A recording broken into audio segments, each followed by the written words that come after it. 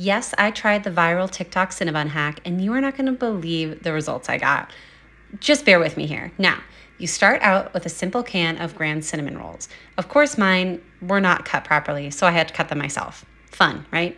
I know. How dare I be appalled by such a minor delay? Okay, pop these in a baking dish. And the key here is to start out with heavy cream. So I poured in a half cup over the cinnamon rolls, and then I went to work on the butter topping. Yes, there's heavy cream and a butter topping. This is probably why it tastes so good. Melt a stick of butter, add brown sugar, ground cardamom, cinnamon, and nutmeg, plus some fresh orange zest. Gosh, I feel like I can't say orange zest today. Am I saying it right?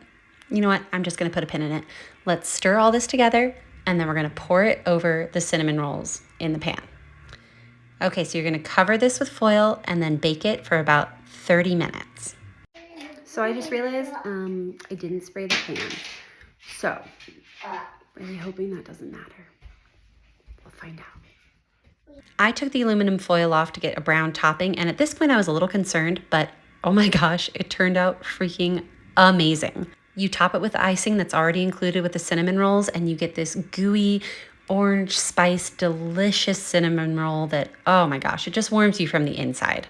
All I have to say is let it cool down for just a minute before you try it. Oh my God, it's so hot. For me, it's a 10 out of 10, especially with the added spices and orange zest. Oh my gosh, you have to try it.